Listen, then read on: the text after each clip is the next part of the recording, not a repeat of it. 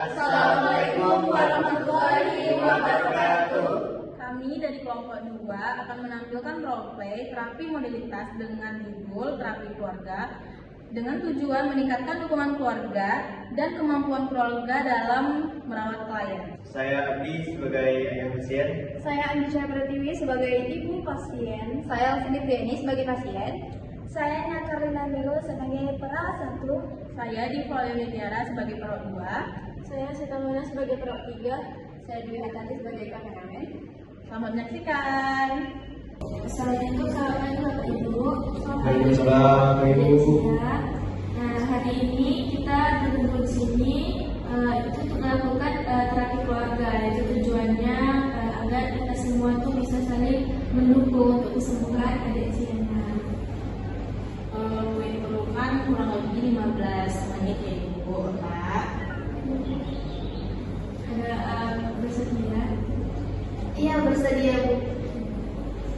Bagaimana kabarnya Cia hari ini? Apa suaranya masih sering muncul? Masih dari suruh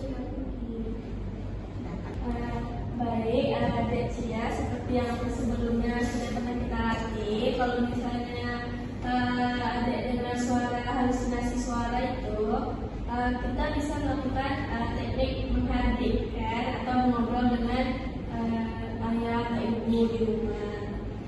Nah, sekarang kita bisa bagi peran ke ibu dan ayahnya. Bagaimana kalau misalnya adik Cia di rumah itu mendengar suara di rumah seperti halusinasi seperti biasanya. Ini ada beberapa poin penting yang bisa Bapak dan Ibu lakukan saat Cia itu halusinasinya muncul kembali, atau dia kan sering berbicara sendiri gitu kan Ibu? Iya. Ini ada poin pentingnya. Iya, karena dia bicara-bicara sendiri gitu. Iya, ya Pak. Ibu sama bapak kalau misalkan anaknya ketakutan atau meramu gitu, apa saja yang dilakukan sama bapak? Biasanya sus saya kalau mengapakan si Cia ini lagi berhalusinasi kan sus, saya cuma nyuruh istighfar aja sus, karena saya juga nggak tahu, saya bingung sus gitu. Tapi kalau misalnya saya juga udah stres juga kan, karena dia sih berhalusinasi terus nih sus, jadi saya panggil apa suami saya sus, saya suruh tenangin si Cia.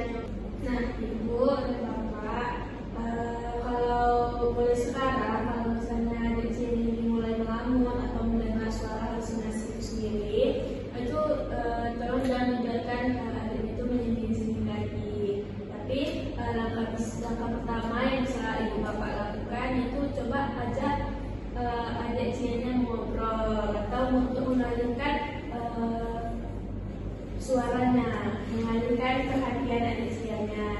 Nah, jadi sekarang bisa bapak ibu kita mulai simulasikan. Oh, bisa sus. Gimana sus caranya sus? Nah, jadi begini Bu, misalnya Cia kan halusinasinya kamu nih, terus Bapak dan Ibu dekat Cia, terus ajak Cia-nya ngobrol tentang hal lain biar halusinasinya teralihkan, gitu ya Pak Ibu. Oh, baik sus. Nah, jadi kayak ngajak dia bicara gitu ya, Sus? Ya, Buat gitu, mengalihkan. Pak. Baik ibu bapak, jadi karena kita sudah di sini dalam 15 menit ya, kita sudah melakukan terapi untuk adik Cia-nya. Bagaimana perasaan bapak ibu dan adik Cia-nya setelah melakukan terapi ini? Oh, udah selesai ya sus edukasinya. Ya, makasih ya sus ya, karena edukasi ini saya jadi lebih paham nih mengatasi kalau si Cia lagi berhalusinasi, karena sebelumnya saya benar-benar bingung, nggak tahu bawaannya emosi karena nggak tahu cara menangani kalau si Cia lagi berhalusinasi nih sus. Jadi gimana si Cia nih? Cia senang nggak di edukasi ini sama kakak susternya gini? Senang nggak? Senang. Jadi Bapak Ibu, halusinasinya pada Cia ini kan bisa muncul kapan saja. Jadi perannya Bapak Ibu sebagai keluarga itu untuk mengalihkan halusinasinya dengan cara, misalnya halusinasinya ini muncul, diajak Ibu dialihkan ngobrol gitu. Oh gitu ya sus ya. Oh, berarti kami ini tak perlu menjauhkan Cia, kan seharusnya menjauhi ataupun melakukan kekerasan sama Cia, Sus. Atau malah si Cia. menemani dia berarti ya. Iya, dialihkan ya Pak.